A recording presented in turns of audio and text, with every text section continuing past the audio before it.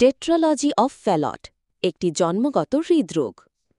টেট্রালজি of Fallot হল হৃৎপিণ্ডের একটি জটিল জন্মগত ত্রুটি, যার ফলে নবজাতকের শরীরে পর্যাপ্ত অক্সিজেনযুক্ত রক্ত সঞ্চালিত হতে পারে না।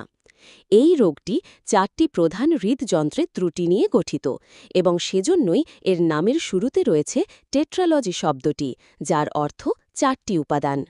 লক্ষণসমূহ: ঠোঁট, আঙ্গুল ও ত্বক নীলাভ হওয়া, সায়ানোসিস; সহজে ক্লান্ত হয়ে যাওয়া, শ্বাসকষ্ট, খাওয়ার সময় অসুবিধা, বৃদ্ধি ব্যাহত হওয়া, বিশেষ করে কাঁদার সময় অথবা খেলার সময় হঠাৎ করে নীল হয়ে যাওয়া, টেট স্পেলস। টেট্রালজি অফ ফ্যালটের 4টি উপাদান। 1. ভেন্ট্রিকিউলার সেপ্টাল ডিফেক্ট, ভিএসডি। হৃৎপিণ্ডের 2টি নিম্ন চেম্বার ভেন্ট্রিকেলের মধ্যে একটি ছিদ্র থাকে, যার মাধ্যমে অক্সিজেনযুক্ত এবং অক্সিজেনবিহীন রক্ত মিশে যায়। 2. Pulmonary stenosis.